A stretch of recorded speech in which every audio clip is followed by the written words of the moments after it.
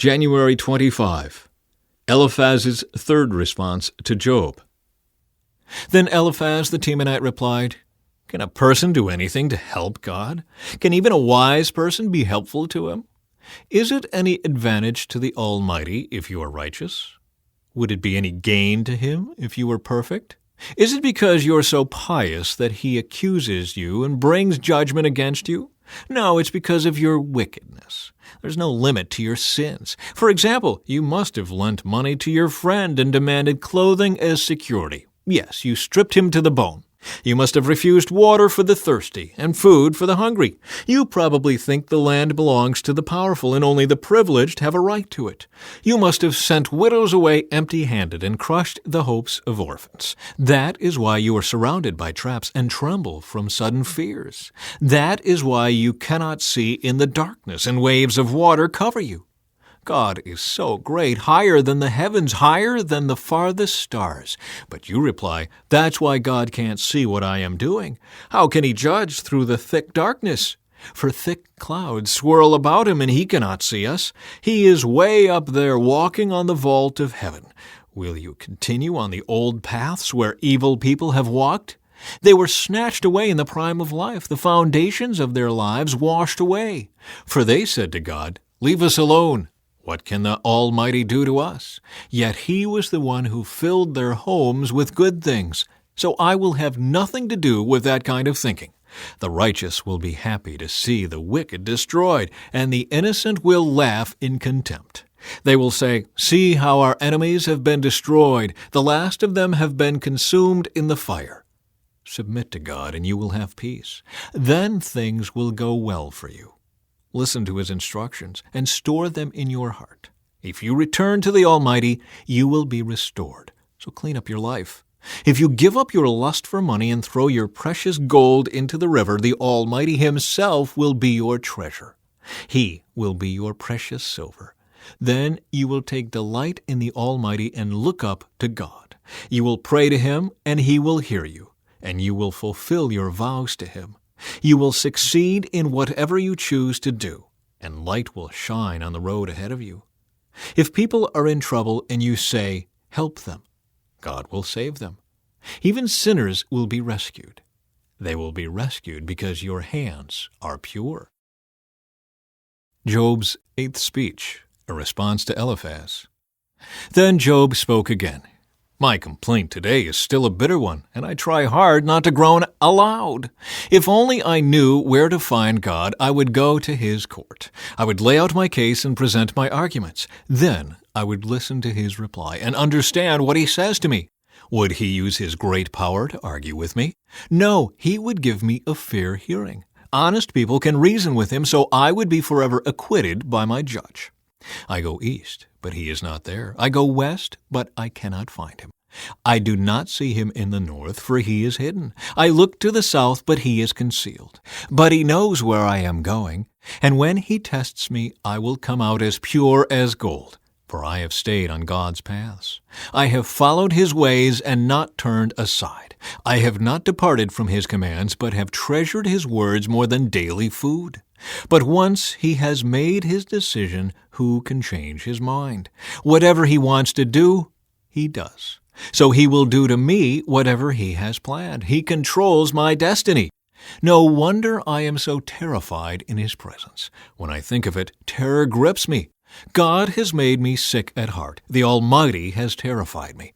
Darkness is all around me. Thick, impenetrable darkness is everywhere. Job asks why the wicked are not punished.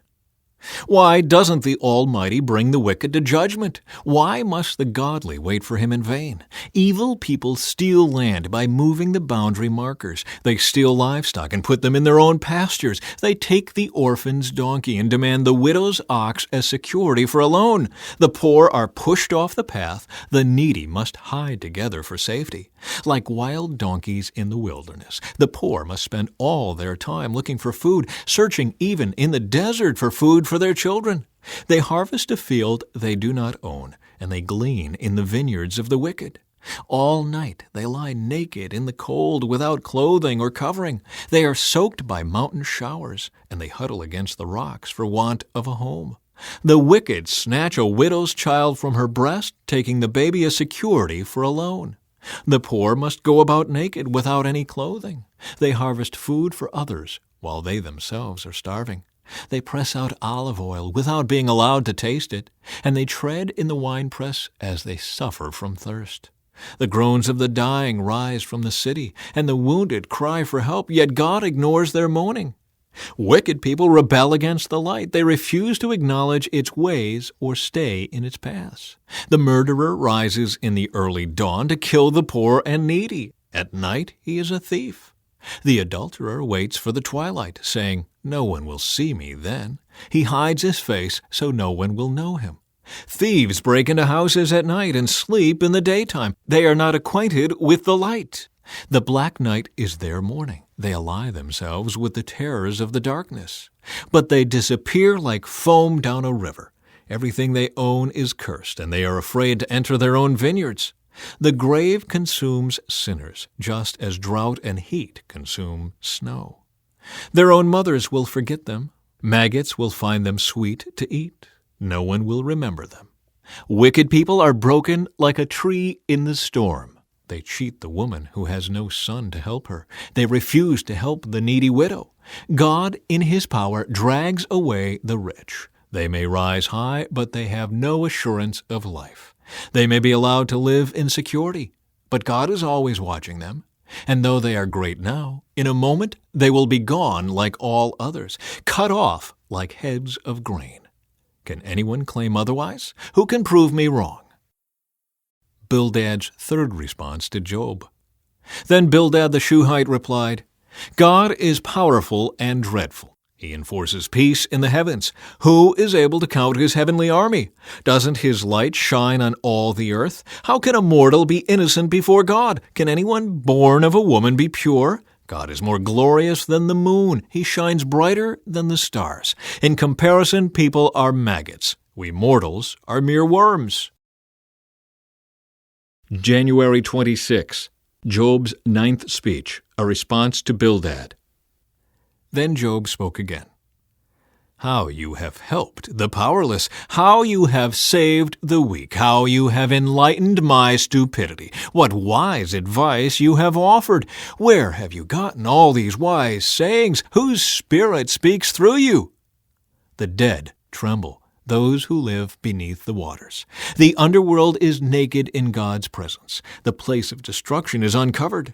God stretches the northern sky over empty space and hangs the earth on nothing. He wraps the rain in his thick clouds, and the clouds don't burst with the weight. He covers the face of the moon, shrouding it with his clouds. He created the horizon when he separated the waters. He set the boundary between day and night. The foundations of heaven tremble. They shudder at his rebuke. By his power the sea grew calm. By his skill he crushed the great sea monster. His spirit made the heavens beautiful, and his power pierced the gliding serpent. These are just the beginning of all that he does, merely a whisper of his power. Who then can comprehend the thunder of his power? Job's final speech. Job continued speaking. "I vow by the living God who has taken away my rights, by the Almighty who has embittered my soul, as long as I live, while I have breath from God, my lips will speak no evil, and my tongue will speak no lies. I will never concede that you are right. I will defend my integrity until I die. I will maintain my innocence without wavering. My conscience is clear for as long as I live. May my enemy be punished like the wicked, my adversary like those who do evil. For what hope do the godless have when God cuts them off and takes away their life? Will God listen to their cry when trouble comes upon them? Can they take delight in the Almighty? Can they call to God at any time?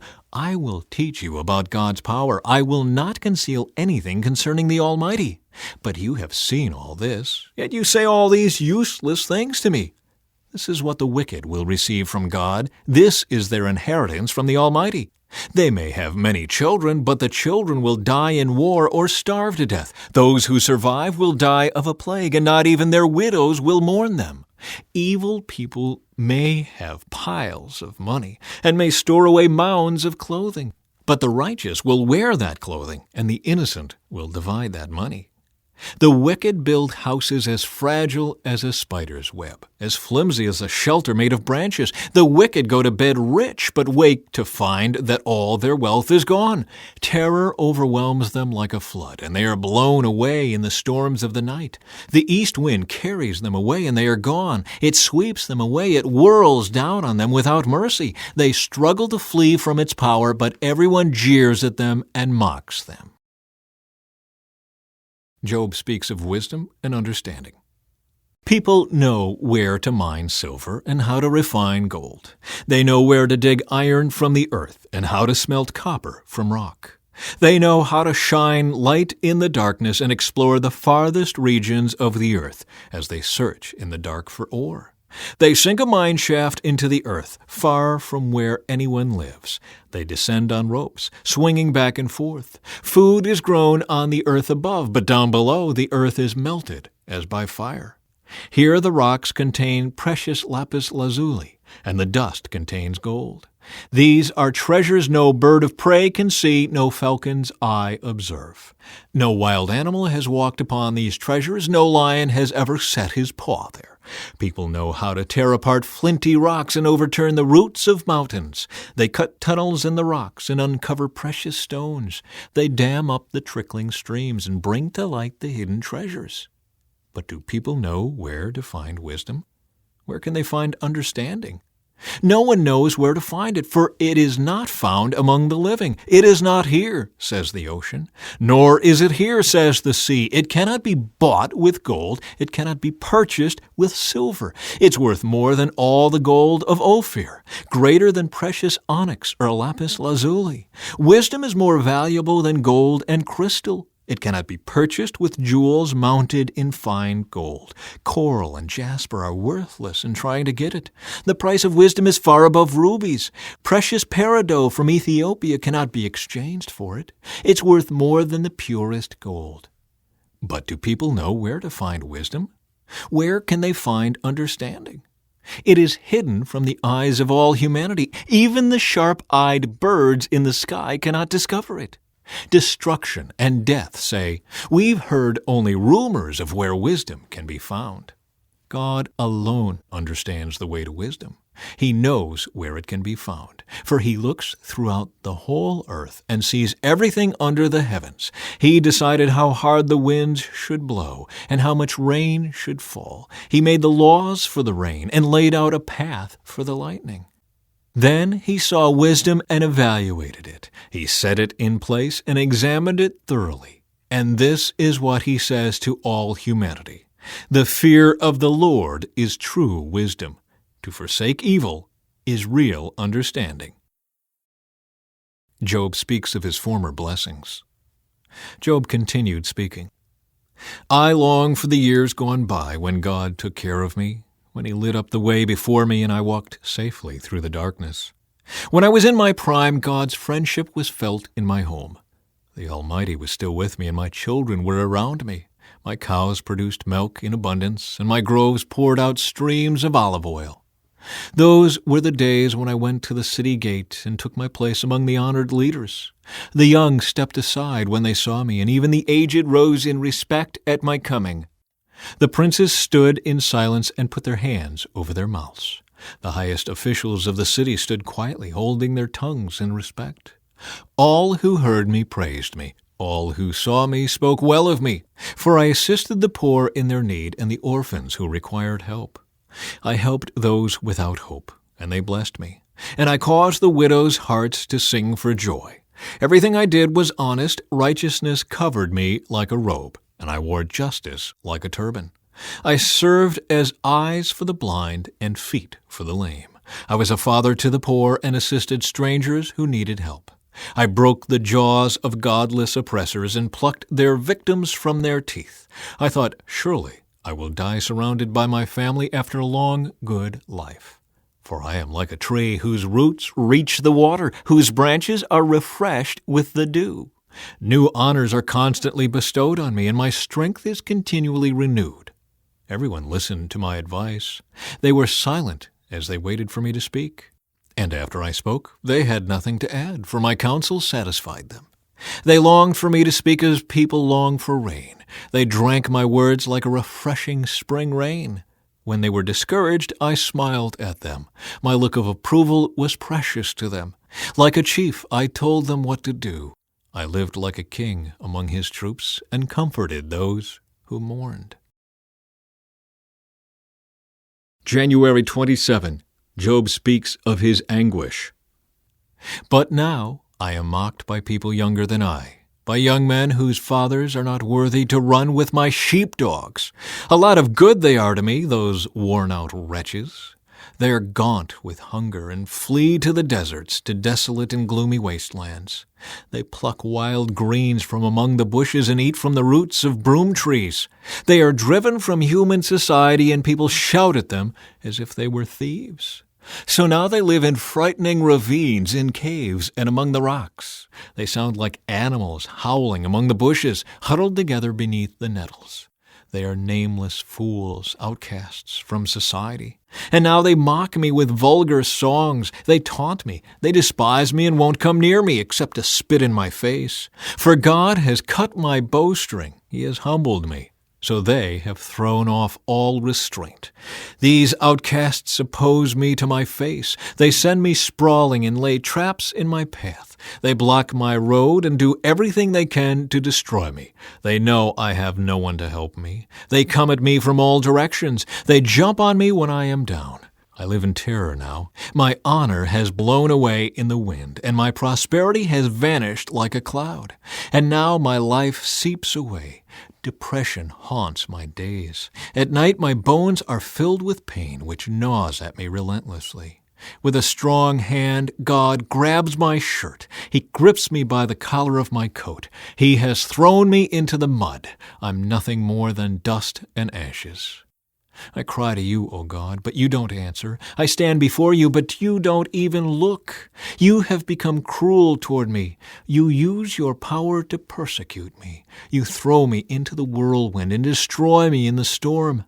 And I know you are sending me to my death, the destination of all who live. Surely no one would turn against the needy when they cry for help in their trouble. Did I not weep for those in trouble? Was I not deeply grieved for the needy? So I looked for good, but evil came instead. I waited for the light, but darkness fell. My heart is troubled and restless. Days of suffering torment me. I walk in gloom without sunlight. I stand in the public square and cry for help. Instead, I am considered a brother to jackals and a companion to owls. My skin has turned dark, and my bones burn with fever. My harp plays sad music, and my flute accompanies those who weep. Job's final protest of innocence. I made a covenant with my eyes not to look with lust at a young woman. For what has God above chosen for us? What is our inheritance from the Almighty on high? Isn't it calamity for the wicked and misfortune for those who do evil? Doesn't He see everything I do and every step I take? Have I lied to anyone or deceived anyone? Let God weigh me on the scales of justice, for He knows my integrity. If I have strayed from His pathway, or if my heart has lusted for what my eyes have seen, or if I am guilty of any other sin, then let someone else eat the crops I have planted. Let all that I have planted be uprooted. If my heart has been seduced by a woman, or if I have lusted for my neighbor's wife, then let my wife belong to another man. Let other men sleep with her. For lust is a shameful sin, a crime that should be punished. It is a fire that burns all the way to hell.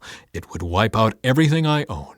If I have been unfair to my male or female servants when they brought their complaints to me, how could I face God? What could I say when He questioned me? For God created both me and my servants. He created us both in the womb.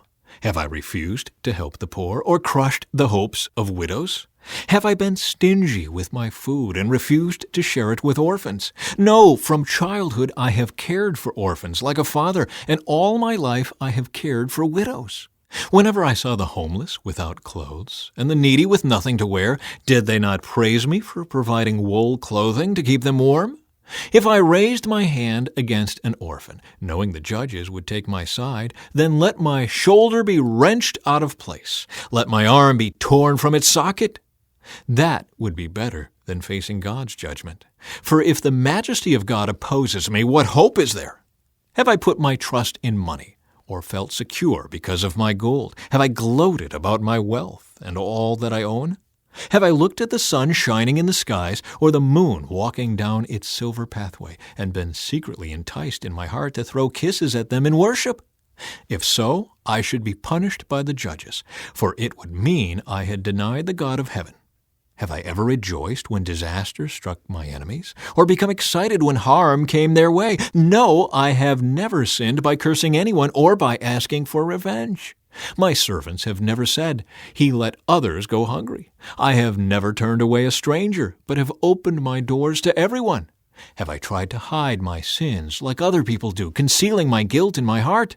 Have I feared the crowd or the contempt of the masses, so that I kept quiet and stayed indoors? If only someone would listen to me. Look, I will sign my name to my defense. Let the Almighty answer me. Let my accuser write out the charges against me. I would face the accusation proudly. I would wear it like a crown. For I would tell him exactly what I have done. I would come before him like a prince. If my land accuses me and all its furrows cry out together, or if I have stolen its crops or murdered its owners, then let thistles grow on that land instead of wheat, and weeds instead of barley.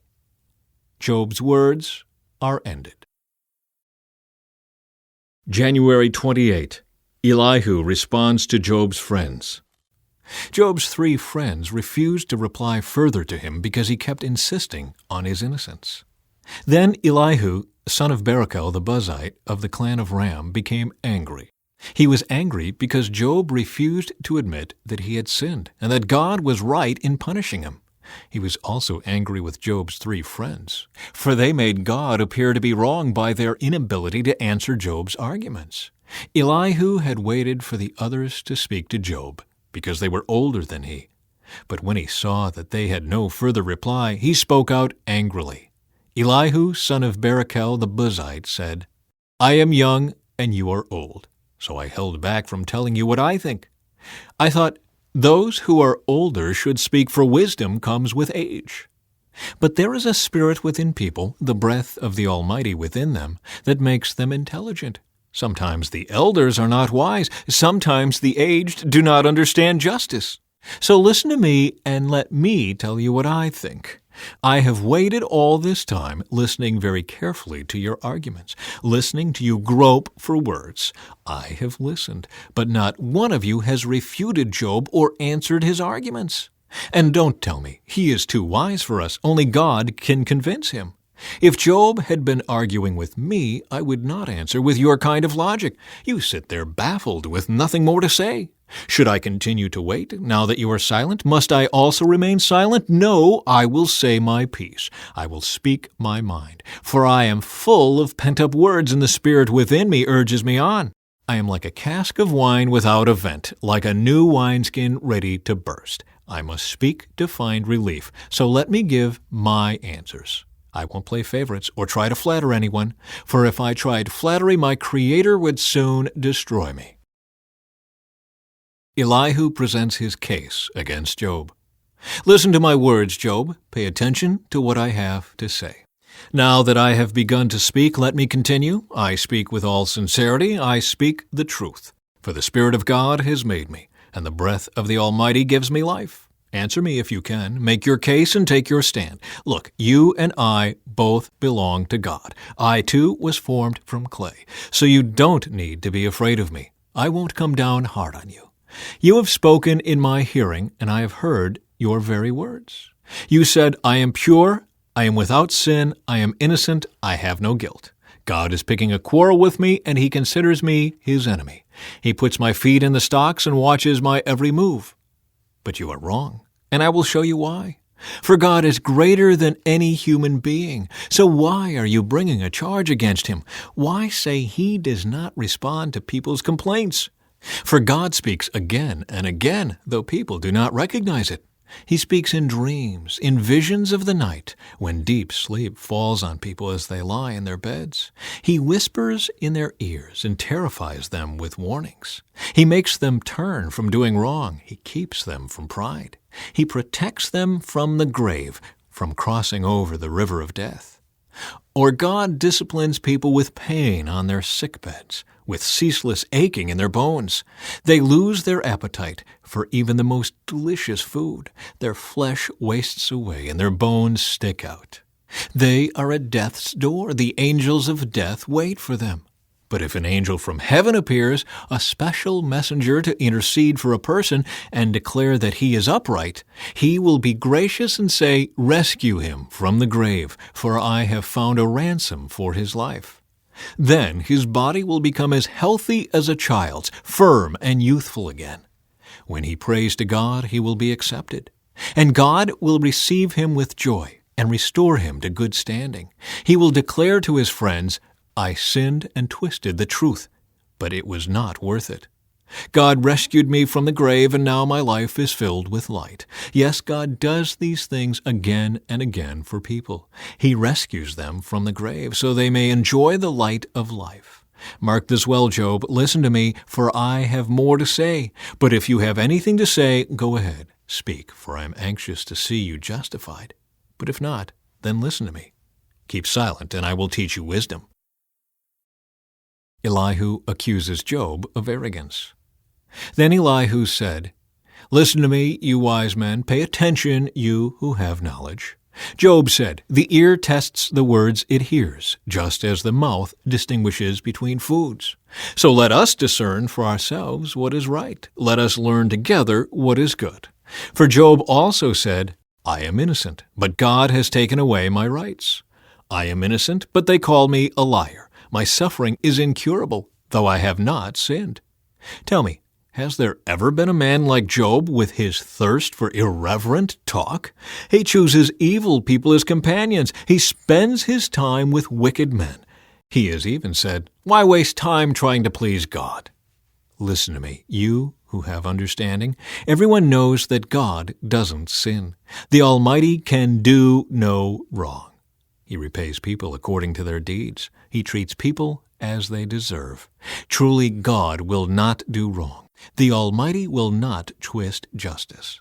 Did someone else put the world in His care? Who set the whole world in place? If God were to take back His Spirit and withdraw His breath, all life would cease, and humanity would turn again to dust. Now listen to me. If you are wise, pay attention to what I say. Could God govern if He hated justice? Are you going to condemn the Almighty Judge? For He says to kings, "You are wicked," and to nobles, "You are unjust." He doesn't care how great a person may be, and He pays no more attention to the rich than to the poor. He made them all. In a moment they die. In the middle of the night they pass away. The mighty are removed without human hand. For God watches how people live. He sees everything they do. No darkness is thick enough to hide the wicked from His eyes. We don't set the time when we will come before God in judgment. He brings the mighty to ruin without asking anyone, and He sets up others in their place. He knows what they do, and in the night He overturns and destroys them. He strikes them down because they are wicked, doing it openly for all to see. For they turned away from following Him. They have no respect for any of His ways. They cause the poor to cry out, catching God's attention. He hears the cries of the needy. But if He chooses to remain quiet, who can criticize Him? When He hides His face, no one can find Him, whether an individual or a nation. He prevents the godless from ruling, so they cannot be a snare to the people. Why don't people say to God, "I have sinned, but I will sin no more"? Or, "I don't know what evil I have done. Tell me. If I have done wrong, I will stop at once." Must God tailor His justice to your demands? But you have rejected Him. The choice is yours, not mine. Go ahead, share your wisdom with us. After all, bright people will tell me, and wise people will hear me say, "Job speaks out of ignorance. His words lack insight." Job, you deserve the maximum penalty for the wicked way you have talked. For you have added rebellion to your sin. You show no respect, and you speak many angry words against God. January 29, Elihu reminds Job of God's justice. Then Elihu said, "Do you think it is right for you to claim, 'I am righteous before God'? For you also ask, 'What's in it for me? What's the use of living a righteous life?' I will answer you and all your friends too. Look up into the sky and see the clouds high above you. If you sin, how does that affect God? Even if you sin again and again, what effect will it have on Him? If you are good, is this some great gift to Him? What could you possibly give Him? No, your sins affect only people like yourself, and your good deeds also affect only humans. People cry out when they are oppressed. They groan beneath the power of the mighty. Yet they don't ask, 'Where is God, my Creator, the one who gives songs in the night? Where is the one who makes us smarter than the animals and wiser than the birds of the sky?' And when they cry out, God does not answer because of their pride. But it is wrong to say God doesn't listen, to say the Almighty isn't concerned. You say you can't see Him, but He will bring justice if you will only wait. You say He does not respond to sinners with anger and is not greatly concerned about wickedness. But you are talking nonsense, Job. You have spoken like a fool." Elihu continued speaking. "Let me go on, and I will show you the truth, for I have not finished defending God. I will present profound arguments for the righteousness of my Creator. I am telling you nothing but the truth, for I am a man of great knowledge. God is mighty, but He does not despise anyone. He is mighty in both power and understanding. He does not let the wicked live, but gives justice to the afflicted. He never takes His eyes off the innocent, but He sets them on thrones with kings and exalts them forever. If they are bound in chains and caught up in a web of trouble, He shows them the reason. He shows them their sins of pride. He gets their attention and commands that they turn from evil. If they listen and obey God, they will be blessed with prosperity throughout their lives. All their years will be pleasant. But if they refuse to listen to Him, they will be killed by the sword and die from lack of understanding. For the godless are full of resentment. Even when He punishes them, they refuse to cry out to Him for help. They die when they are young, after wasting their lives in immoral living.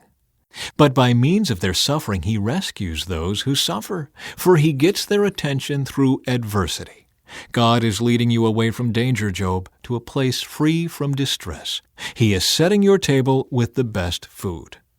But you are obsessed with whether the godless will be judged. Don't worry, judgment and justice will be upheld. But watch out, or you may be seduced by wealth. Don't let yourself be bribed into sin. Could all your wealth or all your mighty efforts keep you from distress? Do not long for the cover of night, for that is when people will be destroyed. Be on guard. Turn back from evil, for God sent this suffering to keep you from a life of evil. Elihu reminds Job of God's power. Look, God is all-powerful. Who is a teacher like Him? No one can tell Him what to do or say to Him, "You have done wrong." Instead, glorify His mighty works, singing songs of praise. Everyone has seen these things, though only from a distance. Look, God is greater than we can understand. His years cannot be counted. He draws up the water vapor and then distills it into rain. The rain pours down from the clouds, and everyone benefits. Who can understand the spreading of the clouds and the thunder that rolls forth from heaven? See how He spreads the lightning around Him and how it lights up the depths of the sea. By these mighty acts He nourishes the people, giving them food in abundance. He fills His hands with lightning bolts and hurls each at its target. The thunder announces His presence. The storm announces His indignant anger. My heart pounds as I think of this. It trembles within me. Listen carefully to the thunder of God's voice as it rolls from His mouth. It rolls across the heavens, and His lightning flashes in every direction. Then comes the roaring of the thunder, the tremendous voice of His majesty. He does not restrain it when He speaks. God's voice is glorious in the thunder. We can't even imagine the greatness of His power. He directs the snow to fall on the earth and tells the rain to pour down. Then everyone stops working so they can watch His power. The wild animals take cover and stay inside their dens. The stormy wind comes from its chamber, and the driving winds bring the cold. God's breath sends the ice, freezing wide expanses of water. He loads the clouds with moisture, and they flash with his lightning. The clouds churn about at his direction. They do whatever he commands throughout the earth. He makes these things happen either to punish people or to show his unfailing love. Pay attention to this, Job. Stop and consider the wonderful miracles of God. Do you know how God controls the storm and causes the lightning to flash from his clouds? Do you understand how he moves the clouds with wonderful perfection and skill? When you are sweltering in your clothes and the south wind dies down and everything is still, he makes the skies reflect the heat like a bronze mirror. Can you do that? So teach the rest of us what to say to God. We are too ignorant to make our own arguments. Should God be notified that I want to speak? Can people even speak when they are confused? We cannot look at the sun, for it shines brightly in the sky when the wind clears away the clouds. So also gold and splendor comes from the mountain of God. He is clothed in dazzling splendor. We cannot imagine the power of the Almighty, but even though he is just and righteous, he does not destroy us. No wonder people everywhere fear him. All who are wise show him reverence. January 30. The Lord challenges Job. Then the Lord answered Job from the whirlwind. Who is this that questions my wisdom with such ignorant words? Brace yourself like a man, because I have some questions for you, and you must answer them. Where were you when I laid the foundations of the earth? Tell me, if you know so much. Who determined its dimensions and stretched out the surveying line? What supports its foundations, and who laid its cornerstone as the morning stars sang together, and all the angels shouted for joy? Who kept the sea inside its boundaries, as it burst from the womb, and as I clothed it with clouds, and wrapped it in thick darkness? For I locked it behind barred gates, limiting its shores. I said, this far and no farther will you come. Here your proud waves must stop. Have you ever commanded the morning to appear and caused the dawn to rise in the east? Have you made daylight spread to the ends of the earth to bring an end to the night's wickedness? As the light approaches, the earth takes shape like clay pressed beneath a seal. It is robed in brilliant colors. The light disturbs the wicked and stops the arm that is raised in violence. Have you explored the springs from which the seas come? Have you explored their depths? Do you know where the gates of death are located? Have you seen the gates of utter gloom? Do you realize the extent of the earth? Tell me about it if you know. Where does light come from, and where does darkness go? Can you take each to its home? Do you know how to get there? But of course you know all this, for you were born before it was all created, and you are so very experienced. Have you visited the storehouses of the snow, or seen the storehouses of hail? I have reserved them as weapons for the time of trouble, for the day of battle and war. Where is the path to the source of light?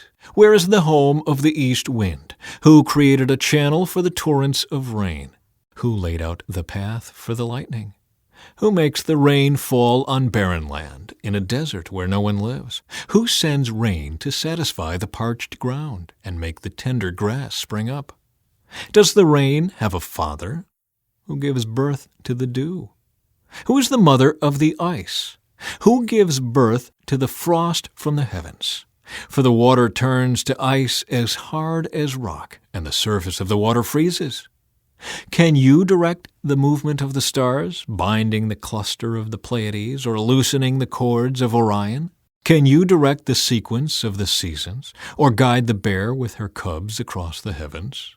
Do you know the laws of the universe? Can you use them to regulate the earth? Can you shout to the clouds and make it rain? Can you make lightning appear and cause it to strike as you direct? Who gives intuition to the heart and instinct to the mind? Who is wise enough to count all the clouds? Who can tilt the water jars of heaven when the parched ground is dry and the soil has hardened into clods? Can you stalk prey for a lioness and satisfy the young lion's appetites as they lie in their dens or crouch in the thicket? Who provides food for the ravens when their young cry out to God and wander about in hunger?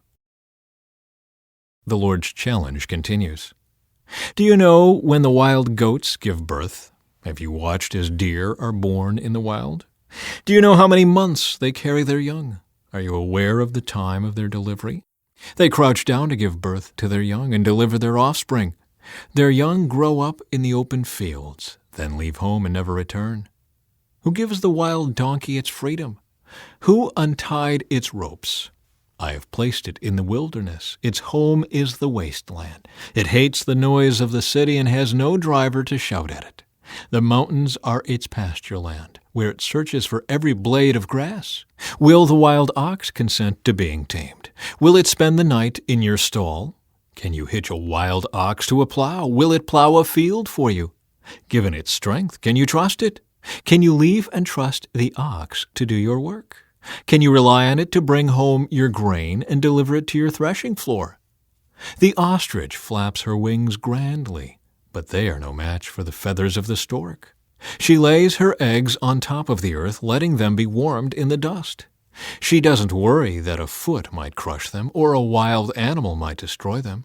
She is harsh toward her young, as if they were not her own.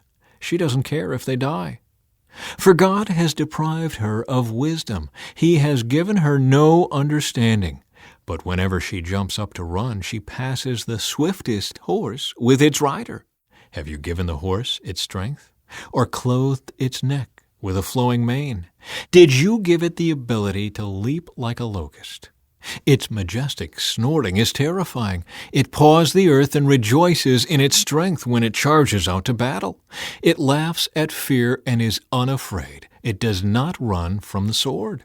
The arrows rattle against it, and the spear and javelin flash. It paws the ground fiercely and rushes forward into battle when the ram's horn blows. It snorts at the sound of the horn. It senses the battle in the distance. It quivers at the captain's commands and the noise of battle. Is it your wisdom that makes the hawk soar and spread its wings toward the south? Is it at your command that the eagle rises to the heights to make its nest? It lives on the cliffs, making its home on a distant rocky crag. From there it hunts its prey, keeping watch with piercing eyes. Its young gulp down blood. Where there's a carcass, there you'll find it. Then the Lord said to Job, Do you still want to argue with the Almighty? You are God's critic, but do you have the answers?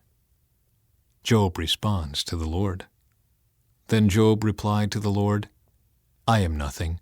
How could I ever find the answers? I will cover my mouth with my hand. I have said too much already. I have nothing more to say. January 31. The Lord challenges Job again. Then the Lord answered Job from the whirlwind. Brace yourself like a man, because I have some questions for you, and you must answer them. Will you discredit my justice and condemn me just to prove you are right?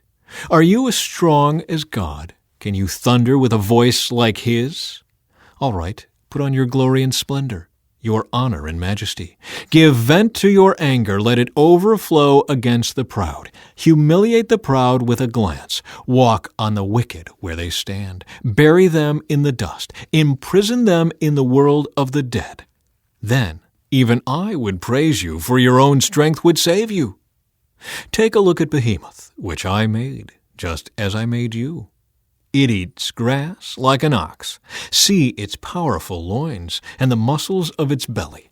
Its tail is as strong as a cedar. The sinews of its thighs are knit tightly together. Its bones are tubes of bronze. Its limbs are bars of iron. It is a prime example of God's handiwork, and only its Creator can threaten it. The mountains offer it their best food, where all the wild animals play. It lies under the lotus plants, hidden by the reeds in the marsh. The lotus plants give it shade among the willows beside the stream. It is not disturbed by the raging river, not concerned when the swelling Jordan rushes around it. No one can catch it off guard or put a ring in its nose and lead it away. The Lord's challenge continues. Can you catch Leviathan with a hook or put a noose around its jaw? Can you tie it with a rope through the nose or pierce its jaw with a spike? Will it beg you for mercy or implore you for pity? Will it agree to work for you, to be your slave for life? Can you make it a pet, like a bird, or give it to your little girls to play with? Will merchants try to buy it, to sell it in their shops? Will its hide be hurt by spears, or its head by a harpoon? If you lay a hand on it, you will certainly remember the battle that follows. You won't try that again. No, it is useless to try to capture it. The hunter who attempts it will be knocked down. And since no one dares to disturb it, who then can stand up to me? Who has given me anything that I need to pay back? Everything under heaven is mine. I want to emphasize Leviathan's limbs and its enormous strength and graceful form. Who can strip off its hide, and who can penetrate its double layer of armor? Who could pry open its jaws? For its teeth are terrible. Its scales are like rows of shields, tightly sealed together. They are so close together that no air can get between them. Each scale sticks tight to the next. They interlock and cannot be penetrated. When it sneezes, it flashes light.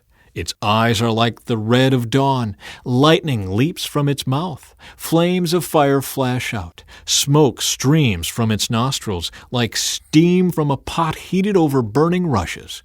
Its breath would kindle coals, for flames shoot from its mouth. The tremendous strength in Leviathan's neck strikes terror wherever it goes. Its flesh is hard and firm and cannot be penetrated. Its heart is hard as rock, hard as a millstone. When it rises, the mighty are afraid, gripped by terror. No sword can stop it, no spear, dart, or javelin. Iron is nothing but straw to that creature, and bronze is like rotten wood. Arrows cannot make it flee. Stones shot from a sling are like bits of grass. Clubs are like a blade of grass, and it laughs at the swish of javelins. Its belly is covered with scales as sharp as glass. It plows up the ground as it drags through the mud. Leviathan makes the water boil with its commotion. It stirs the depths like a pot of ointment. The water glistens in its wake, making the sea look white. Nothing on earth is its equal. No other creature so fearless. Of all the creatures, it is the proudest. It is the king of beasts. Job responds to the Lord. Then Job replied to the Lord, I know that you can do anything, and no one can stop you. You asked, Who is this that questions my wisdom with such ignorance? It is I, and I was talking about things I knew nothing about, things far too wonderful for me. You said, Listen, and I will speak. I have some questions for you, and you must answer them. I had only heard about you before, but now I have seen you with my own eyes. I take back everything I said, and I sit in dust and ashes to show my repentance. Conclusion. The Lord blesses Job. After the Lord had finished speaking to Job, he said to Eliphaz the Temanite, I am angry with you and your 2 friends, for you have not spoken accurately about me, as my servant Job has. So take 7 bulls and 7 rams and go to my servant Job and offer a burnt offering for yourselves. My servant Job will pray for you, and I will accept his prayer on your behalf. I will not treat you as you deserve, for you have not spoken accurately about me, as my servant Job has. So Eliphaz the Temanite, Bildad the Shuhite, and Zophar the Naamathite did as the Lord commanded them, and the Lord accepted Job's prayer. When Job prayed for his friends, the Lord restored his fortunes. In fact, the Lord gave him twice as much as before. Then all his brothers, sisters, and former friends came and feasted with him in his home, and they consoled him and comforted him because of all the trials the Lord had brought against him. And each of them brought him a gift of money and a gold ring. So the Lord blessed Job in the second half of his life, even more than in the beginning. For now he had 14,000 sheep, 6,000 camels, 1,000 teams of oxen, and 1,000 female donkeys. He also gave Job 7 more sons and 3 more daughters. He named his first daughter Jemimah, the second Keziah, and the third Kirin-Hapuk. In all the land no women were as lovely as the daughters of Job, and their father put them into his will along with their brothers. Job lived 140 years after that, living to see 4 generations of his children and grandchildren. Then he died, an old man who had lived a long, full life. February 1. The Israelites in Egypt. These are the names of the sons of Israel, that is, Jacob, who moved to Egypt with their father, each with his family: Reuben, Simeon, Levi, Judah, Issachar, Zebulun, Benjamin, Dan, Naphtali, Gad, and Asher. In all, Jacob had 70 descendants in Egypt, including Joseph, who was already there. In time, Joseph and all of his brothers died, ending that entire generation. But their descendants, the Israelites, had many children and grandchildren. In fact, they multiplied so greatly that they became extremely powerful and filled the land. Eventually, a new king came to power in Egypt who knew nothing about Joseph or what he had done. He said to his people, "Look, the people of Israel now outnumber us and are stronger than we are. We must make a plan to keep them from growing even more. If we don't, and if war breaks out, they will join our enemies and fight against us. Then they will escape from the country." So the Egyptians made the Israelites their slaves. They appointed brutal slave drivers over them, hoping to wear them down with crushing labor. They forced them to build the cities of Pithom and Ramesses as supply centers for the king. But the more the Egyptians oppressed them, the more the Israelites multiplied and spread, and the more alarmed the Egyptians became. So the Egyptians worked the people of Israel without mercy. They made their lives bitter, forcing them to mix mortar and make bricks and do all the work in the fields. They were ruthless in all their demands. Then Pharaoh, the king of Egypt, gave this order to the Hebrew midwives, Shiphrah and Puah: "When you help the Hebrew women as they give birth, watch as they deliver. If the baby is a boy, kill him. If it is a girl, let her live." But because the midwives feared God, they refused to obey the king's orders. They allowed the boys to live too. So the king of Egypt called for the midwives. "Why have you done this?" he demanded. "Why have you allowed the boys to live?" "The Hebrew women are not like the Egyptian women," the midwives replied. "They are more vigorous and have their babies so quickly that we cannot get there in time." So God was good to the midwives, and the Israelites continued to multiply, growing more and more powerful. And because the midwives feared God, he gave them families of their own. Then Pharaoh gave this order to all his people: "Throw every newborn Hebrew boy into the Nile River, but you may let the girls live." The birth of Moses. About this time, a man and woman from the tribe of Levi got married. The woman became pregnant and gave birth to a son. She saw that he was a special baby and kept him hidden for 3 months. But when she could no longer hide him, she got a basket made of papyrus reeds and waterproofed it with tar and pitch. She put the baby in the basket and laid it among the reeds along the bank of the Nile River. The baby's sister then stood at a distance watching to see what would happen to him. Soon Pharaoh's daughter came down to bathe in the river, and her attendants walked along the riverbank. When the princess saw the basket among the reeds, she sent her maid to get it for her. When the princess opened it, she saw the baby. The little boy was crying, and she felt sorry for him. "This must be one of the Hebrew children," she said. Then the baby's sister approached the princess. "Should I go and find one of the Hebrew women to nurse the baby for you?" she asked. "Yes, do," the princess replied. So the girl went and called the baby's mother.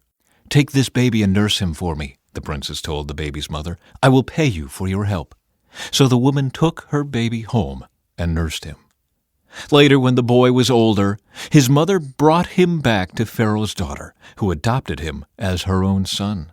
The princess named him Moses, for she explained, I lifted him out of the water. Moses escapes to Midian. Many years later, when Moses had grown up, he went out to visit his own people, the Hebrews, and he saw how hard they were forced to work. During his visit, he saw an Egyptian beating one of his fellow Hebrews. After looking in all directions to make sure no one was watching, Moses killed the Egyptian and hid the body in the sand. The next day, when Moses went out to visit his people again, he saw 2 Hebrew men fighting. "Why are you beating up your friend?" Moses said to the one who had started the fight. The man replied, "Who appointed you to be our prince and judge? Are you going to kill me as you killed that Egyptian yesterday?" Then Moses was afraid, thinking, "Everyone knows what I did." And sure enough, Pharaoh heard what had happened, and he tried to kill Moses. But Moses fled from Pharaoh and went to live in the land of Midian.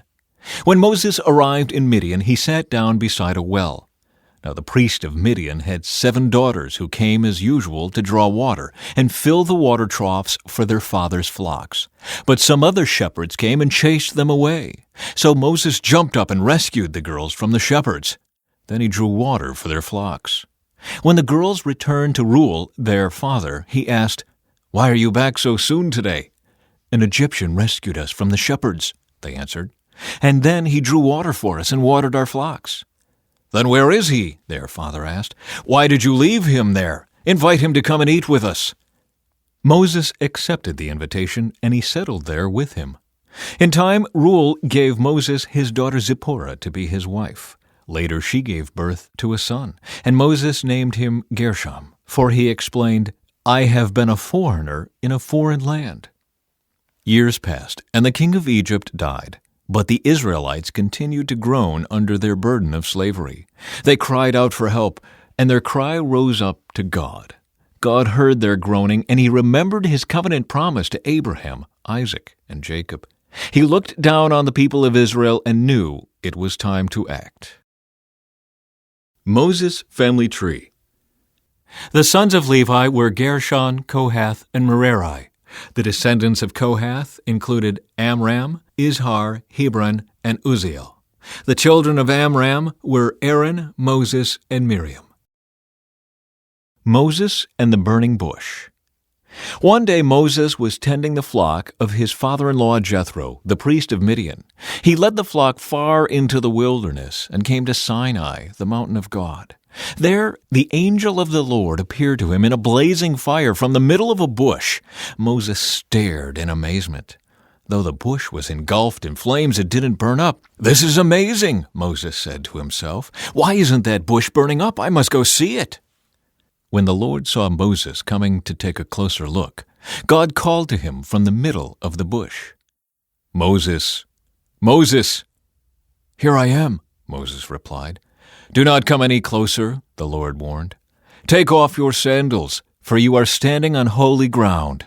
I am the God of your father, the God of Abraham, the God of Isaac, and the God of Jacob." When Moses heard this, he covered his face because he was afraid to look at God. Then the Lord told him, "I have certainly seen the oppression of my people in Egypt. I have heard their cries of distress because of their harsh slave drivers. Yes, I am aware of their suffering, so I have come down to rescue them from the power of the Egyptians and lead them out of Egypt into their own fertile and spacious land. It is a land flowing with milk and honey, the land where the Canaanites, Hittites, Amorites, Perizzites, Hivites, and Jebusites now live. Look, the cry of the people of Israel has reached me, and I have seen how harshly the Egyptians abuse them. Now go, for I am sending you to Pharaoh. You must lead my people Israel out of Egypt." But Moses protested to God, "Who am I to appear before Pharaoh? Who am I to lead the people of Israel out of Egypt?"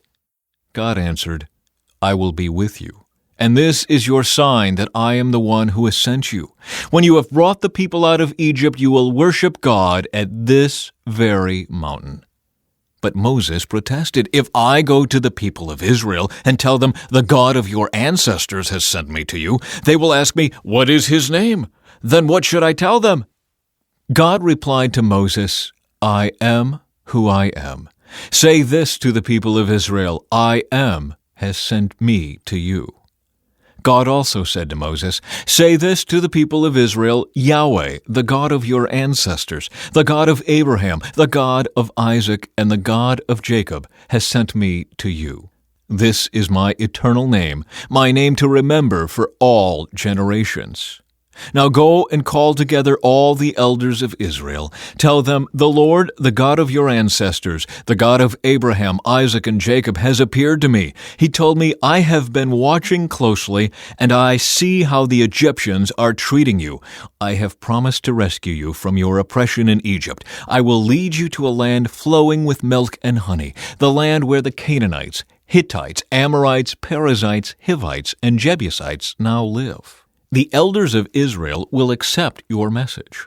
Then you and the elders must go to the king of Egypt and tell him, the Lord, the God of the Hebrews, has met with us. So please let us take a 3-day journey into the wilderness to offer sacrifices to the Lord our God.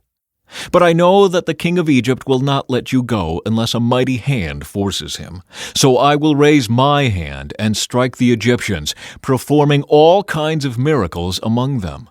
Then at last he will let you go, and I will cause the Egyptians to look favorably on you. They will give you gifts when you go, so you will not leave empty-handed.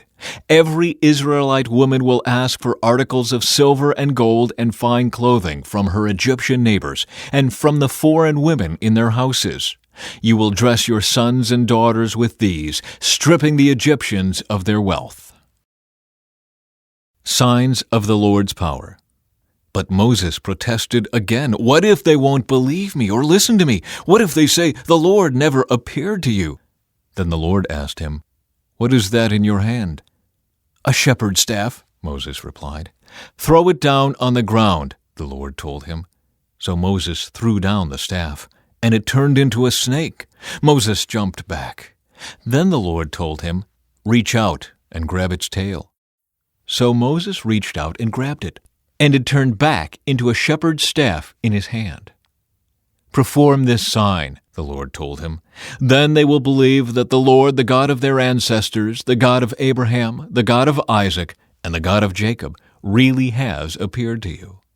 Then the Lord said to Moses, "Now put your hand inside your cloak." So Moses put his hand inside his cloak, and when he took it out again, his hand was white as snow with a severe skin disease. "Now put your hand back into your cloak," the Lord said. So Moses put his hand back in, and when he took it out again, it was as healthy as the rest of his body. The Lord said to Moses, "If they do not believe you and are not convinced by the first miraculous sign, they will be convinced by the second sign. And if they don't believe you or listen to you even after these 2 signs, then take some water from the Nile River and pour it out on the dry ground. When you do, the water from the Nile will turn to blood on the ground." But Moses pleaded with the Lord, "O Lord, I'm not very good with words. I never have been, and I'm not now, even though you have spoken to me. I get tongue-tied and my words get tangled." Then the Lord asked Moses, "Who makes a person's mouth? Who decides whether people speak or do not speak, hear or do not hear, see or do not see? Is it not I, the Lord? Now go. I will be with you as you speak, and I will instruct you in what to say." But Moses again pleaded, "Lord, please send anyone else." Then the Lord became angry with Moses. "All right," he said. "What about your brother Aaron the Levite? I know he speaks well, and look, he is on his way to meet you now. He will be delighted to see you. Talk to him, and put the words in his mouth. I will be with both of you as you speak, and I will instruct you both in what to do. Aaron will be your spokesman to the people. He will be your mouthpiece, and you will stand in the place of God for him, telling him what to say. And take your shepherd's staff with you and use it to perform the miraculous signs I have shown you." February 2. Moses returns to Egypt. So Moses went back home to Jethro, his father-in-law. "Please let me return to my relatives in Egypt," Moses said. "I don't even know if they are still alive." "Go in peace," Jethro replied. Before Moses left Midian, the Lord said to him, "Return to Egypt, for all those who wanted to kill you have died." So Moses took his wife and sons, put them on a donkey, and headed back to the land of Egypt. In his hand he carried the staff of God. And the Lord told Moses, "When you arrive back in Egypt, go to Pharaoh and perform all the miracles I have empowered you to do. But I will harden his heart so he will refuse to let the people go. Then you will tell him, 'This is what the Lord says. Israel is my firstborn son. I commanded you, let my son go so he can worship me. But since you have refused, I will now kill your firstborn son.'" On the way to Egypt, at a place where Moses and his family had stopped for the night, the Lord confronted him and was about to kill him. But Moses' wife Zipporah took a flint knife and circumcised her son. She touched his feet with the foreskin and said, "Now you are a bridegroom of blood to me." When she said a bridegroom of blood, she was referring to the circumcision. After that, the Lord left him alone. Now the Lord had said to Aaron, "Go out into the wilderness to meet Moses." So Aaron went and met Moses at the mountain of God, and he embraced him. Moses then told Aaron everything the Lord had commanded him to say, and he told him about the miraculous signs the Lord had commanded him to perform. Then Moses and Aaron returned to Egypt and called all the elders of Israel together. Aaron told them everything the Lord had told Moses, and Moses performed the miraculous signs as they watched. Then the people of Israel were convinced that the Lord had sent Moses and Aaron. When they heard that the Lord was concerned about them and had seen their misery, they bowed down and worshipped. Moses and Aaron speak to Pharaoh. After this presentation to Israel's leaders, Moses and Aaron went and spoke to Pharaoh. They told him, "This is what the Lord, the God of Israel, says. Let my people go so they may hold a festival in my honor in the wilderness." "Is that so?" retorted Pharaoh. "And who is the Lord? Why should I listen to him and let Israel go? I don't know the Lord, and I will not let Israel go." But Aaron and Moses persisted. "The God of the Hebrews has met with us," they declared. "So let us take a 3-day journey into the wilderness so we can offer sacrifices to the Lord our God. If we don't, he will kill us with a plague or with the sword." Pharaoh replied, "Moses and Aaron, why are you distracting the people from their tasks? Get back to work. Look, there are many of your people in the land, and you are stopping them from their work." Making bricks without straw.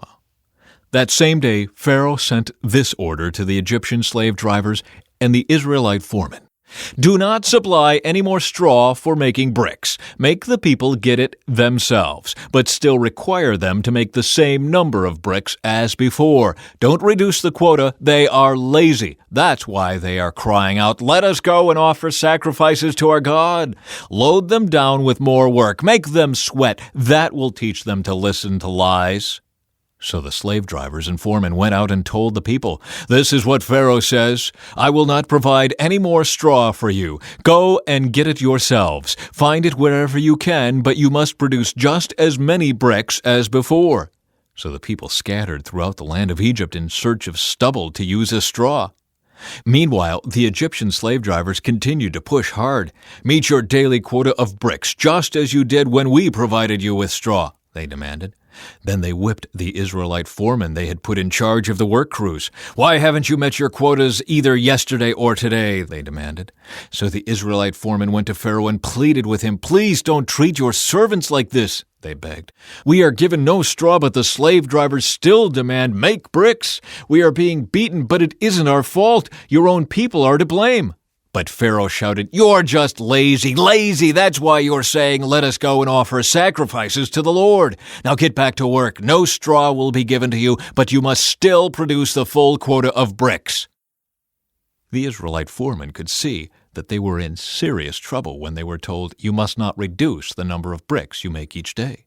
As they left Pharaoh's court, they confronted Moses and Aaron, who were waiting outside for them. The foreman said to them, "May the Lord judge and punish you for making us stink before Pharaoh and his officials.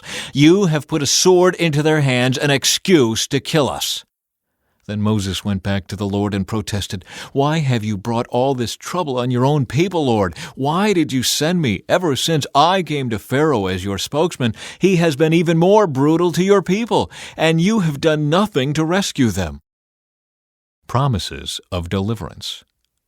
Then the Lord told Moses, "Now you will see what I will do to Pharaoh. When he feels the force of my strong hand, he will let the people go.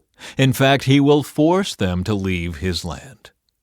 And God said to Moses, "I am Yahweh, the Lord. I appeared to Abraham, to Isaac, and to Jacob as El Shaddai, God Almighty, but I did not reveal my name, Yahweh, to them. And I reaffirmed my covenant with them. Under its terms I promised to give them the land of Canaan, where they were living as foreigners. You can be sure that I have heard the groans of the people of Israel, who are now slaves to the Egyptians, and I am well aware of my covenant with them. Therefore say to the people of Israel, I am the Lord. I will free you from your oppression and will rescue you from your slavery in Egypt. I will redeem you with a powerful arm and great acts of judgment. I will claim you as my own people, and I will be your God. Then you will know that I am the Lord your God who has freed you from your oppression in Egypt. I will bring you into the land I swore to give to Abraham, Isaac, and Jacob. I will give it to you as your very own possession. I am the Lord." So Moses told the people of Israel what the Lord had said, but they refused to listen any more. They had become too discouraged by the brutality of their slavery. Then the Lord said to Moses, "Go back to Pharaoh, the king of Egypt, and tell him to let the people of Israel leave his country." "But Lord," Moses objected, "my own people won't listen to me anymore. How can I expect Pharaoh to listen? I'm such a clumsy speaker." But the Lord spoke to Moses and Aaron and gave them orders for the Israelites and for Pharaoh, the king of Egypt. The Lord commanded Moses and Aaron to lead the people of Israel out of Egypt. The ancestors of Moses and Aaron. These are the ancestors of some of the clans of Israel. The sons of Reuben, Israel's oldest son, were Hanok, Palu, Hezron, and Carmi. Their descendants became the clans of Reuben. The sons of Simeon were Jemuel, Jamin, Ohad, Jachin, Zohar, and Shaul. Shaul's mother was a Canaanite woman. Their descendants became the clans of Simeon. These are the descendants of Levi, as listed in their family records. The sons of Levi were Gershon, Kohath, and Merari. Levi lived to be 137 years old. The descendants of Gershon included Libni and Shimei, each of whom became the ancestor of a clan. The descendants of Kohath included Amram, Izhar, Hebron, and Uzziel. Kohath lived to be 133 years old. The descendants of Merari included Melai and Mushai. These are the clans of the Levites as listed in their family records. Amram married his father's sister, Jochebed, and she gave birth to his sons Aaron and Moses. Amram lived to be 137 years old. The sons of Izhar were Korah, Nepheg, and Zichri. The sons of Uzziel were Mishael, Elzaphan, and Zithri. Aaron married Elisheba, the daughter of Amminadab and sister of Nashon, and she gave birth to his sons Nadab, Abihu, Eleazar, and Ithamar. The sons of Korah were Aser, Elkanah, and Abiasaph. Their descendants became the clans of Korah. Eleazar, son of Aaron, married one of the daughters of Putiel, and she gave birth to his son Phinehas. These are the ancestors of the Levite families listed according to their clans. The Aaron and Moses named in this list are the same ones to whom the Lord said, "Lead the people of Israel out of the land of Egypt like an army." It was Moses and Aaron who spoke to Pharaoh, the king of Egypt, about leading the people of Israel out of Egypt. When the Lord spoke to Moses in the land of Egypt, he said to him, "I am the Lord. Tell Pharaoh, the king of Egypt, everything I am telling you." But Moses argued with the Lord, saying, "I can't do it. I'm such a clumsy speaker. Why should Pharaoh listen to me?" Aaron's staff becomes a snake. Then the Lord said to Moses, "Pay close attention to this. I will make you seem like God to Pharaoh, and your brother Aaron will be your prophet. Tell Aaron everything I command you, and Aaron must command Pharaoh to let the people of Israel leave his country. But I will make Pharaoh's heart stubborn so I can multiply my miraculous signs and wonders in the land of Egypt. Even then Pharaoh will refuse to listen to you, so I will bring down my fist on Egypt. Then I will rescue my forces, my people, the Israelites, from the land of Egypt with great acts of judgment. When I raise my powerful hand and bring out the Israelites, the Egyptians will know that I am the Lord." So Moses and Aaron did just as the Lord had commanded them. Moses was 80 years old, and Aaron was 83 when they made their demands to Pharaoh. Then the Lord said to Moses and Aaron, "Pharaoh will demand, 'Show me a miracle.' When he does this, say to Aaron, 'Take your staff and throw it down in front of Pharaoh, and it will become a serpent.'" So Moses and Aaron went to Pharaoh and did what the Lord had commanded them. Aaron threw down his staff before Pharaoh and his officials, and it became a serpent. Then Pharaoh called in his own wise men and sorcerers, and these Egyptian magicians did the same thing with their magic. They threw down their staffs, which also became serpents. But then Aaron's staff swallowed up their staffs. Pharaoh's heart, however, remained hard. He still refused to listen, just as the Lord had predicted. February 3. A plague of blood. Then the Lord said to Moses, "Pharaoh's heart is stubborn, and he still refuses to let the people go. So go to Pharaoh in the morning as he goes down to the river. Stand on the bank of the Nile and meet him there. Be sure to take along the staff that turned into a snake. Then announce to him, 'The Lord, the God of the Hebrews, has sent me to tell you, let my people go, so they can worship me in the wilderness. Until now you have refused to listen to him. So this is what the Lord says. I will show you that I am the Lord. Look, I will strike the water of the Nile with this staff in my hand, and the river will turn to blood. The fish in it will die, and the river will stink. The Egyptians will not be able to drink any water from the Nile."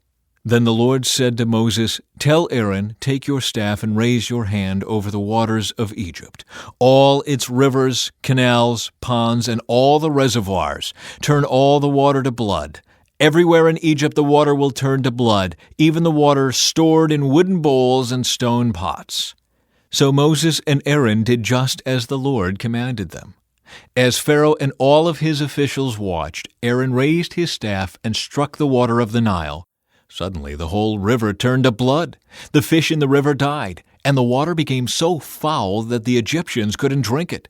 There was blood everywhere throughout the land of Egypt. But again, the magicians of Egypt used their magic, and they too turned water into blood. So Pharaoh's heart remained hard. He refused to listen to Moses and Aaron, just as the Lord had predicted. Pharaoh returned to his palace and put the whole thing out of his mind. Then all the Egyptians dug along the river bank to find drinking water, for they couldn't drink the water from the Nile. 7 days passed from the time the Lord struck the Nile. A plague of frogs. Then the Lord said to Moses, "Go back to Pharaoh and announce to him, 'This is what the Lord says.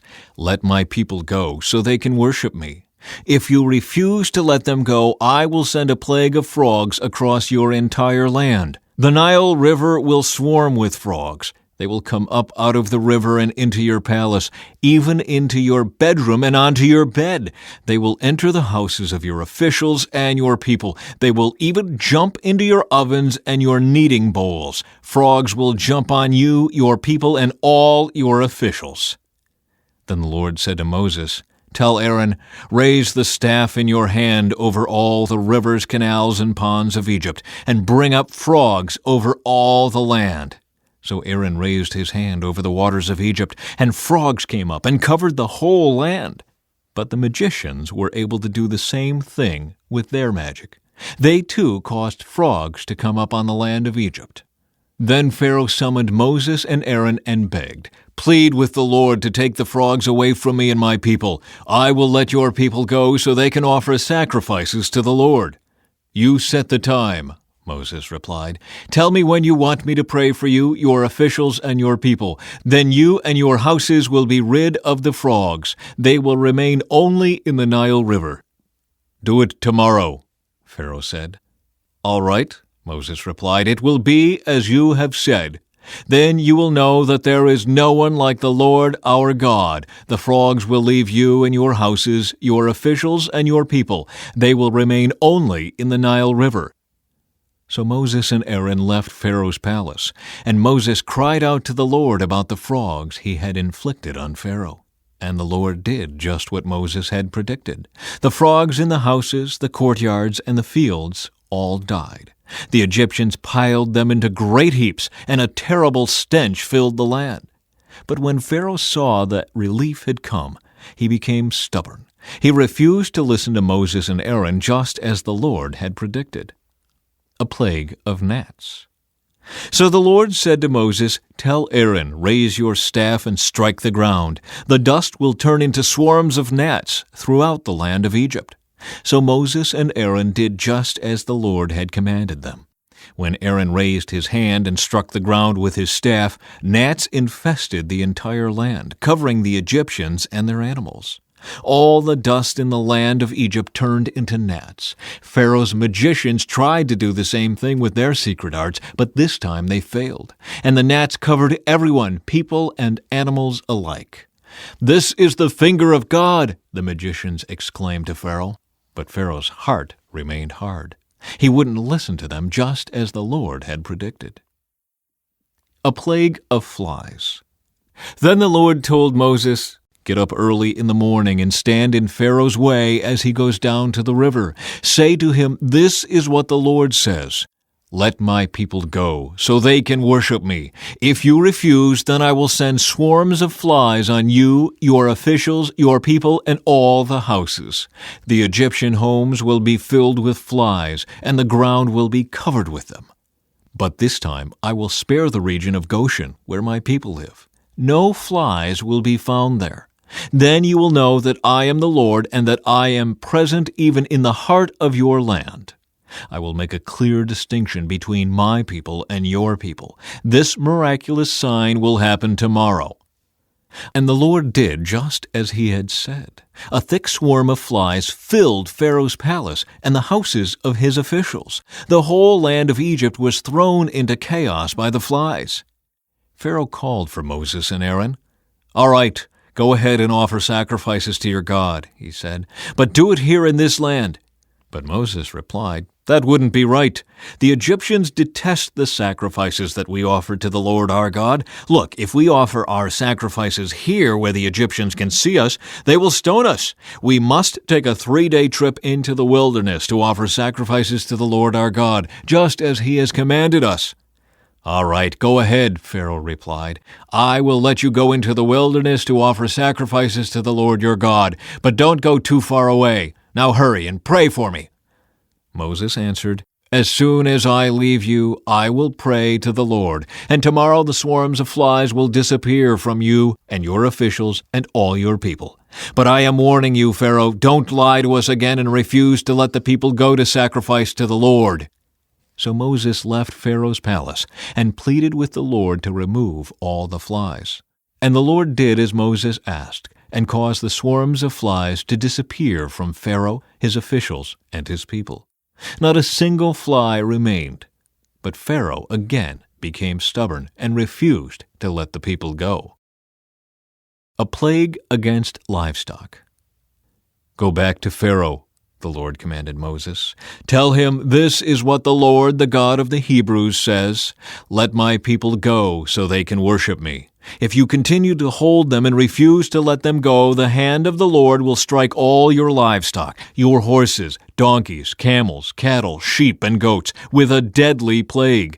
But the Lord will again make a distinction between the livestock of the Israelites and that of the Egyptians. Not a single one of Israel's animals will die. The Lord has already set the time for the plague to begin. He has declared that he will strike the land tomorrow." And the Lord did just as he had said. The next morning, all the livestock of the Egyptians died. But the Israelites didn't lose a single animal. Pharaoh sent his officials to investigate, and they discovered that the Israelites had not lost a single animal. But even so, Pharaoh's heart remained stubborn, and he still refused to let the people go. A plague of boils. Then the Lord said to Moses and Aaron, "Take handfuls of soot from a brick kiln, and have Moses toss it into the air while Pharaoh watches. The ashes will spread like fine dust over the whole land of Egypt, causing festering boils to break out on people and animals throughout the land." So they took soot from a brick kiln and went and stood before Pharaoh. As Pharaoh watched, Moses threw the soot into the air, and boils broke out on people and animals alike. Even the magicians were unable to stand before Moses, because the boils had broken out on them and all the Egyptians. But the Lord hardened Pharaoh's heart, and just as the Lord had predicted to Moses, Pharaoh refused to listen. A plague of hail. Then the Lord said to Moses, "Get up early in the morning and stand before Pharaoh. Tell him, 'This is what the Lord, the God of the Hebrews, says: Let my people go so they can worship me. If you don't, I will send more plagues on you and your officials and your people. Then you will know that there is no one like me in all the earth. By now I could have lifted my hand and struck you and your people with a plague to wipe you off the face of the earth. But I have spared you for a purpose, to show you my power and to spread my fame throughout the earth. But you still lord it over my people and refuse to let them go. So tomorrow at this time I will send a hailstorm more devastating than any in all the history of Egypt. Quick, order your livestock and servants to come in from the fields to find shelter. Any person or animal left outside will die when the hail falls." Some of Pharaoh's officials were afraid because of what the Lord had said. They quickly brought their servants and livestock in from the fields. But those who paid no attention to the word of the Lord left theirs out in the open. Then the Lord said to Moses, "Lift your hand toward the sky, so hail may fall on the people, the livestock, and all the plants throughout the land of Egypt." So Moses lifted his staff toward the sky, and the Lord sent thunder and hail, and lightning flashed toward the earth. The Lord sent a tremendous hailstorm against all the land of Egypt. Never in all the history of Egypt had there been a storm like that, with such devastating hail and continuous lightning. It left all of Egypt in ruins. The hail struck down everything in the open field, people, animals, and plants alike. Even the trees were destroyed. The only place without hail was the region of Goshen where the people of Israel lived. Then Pharaoh quickly summoned Moses and Aaron. "This time I have sinned," he confessed. "The Lord is the righteous one, and my people and I are wrong.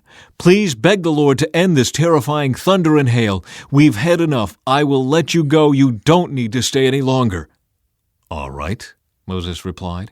"As soon as I leave the city, I will lift my hands and pray to the Lord. Then the thunder and hail will stop, and you will know that the earth belongs to the Lord. But I know that you and your officials still do not fear the Lord God." All the flax and barley were ruined by the hail, because the barley had formed heads and the flax was budding.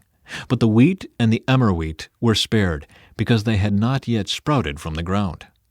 So Moses left Pharaoh's court and went out of the city. When he lifted his hands to the Lord, the thunder and hail stopped, and the downpour ceased. But when Pharaoh saw that the rain, hail, and thunder had stopped, he and his officials sinned again, and Pharaoh again became stubborn. Because his heart was hard, Pharaoh refused to let the people leave, just as the Lord had predicted through Moses.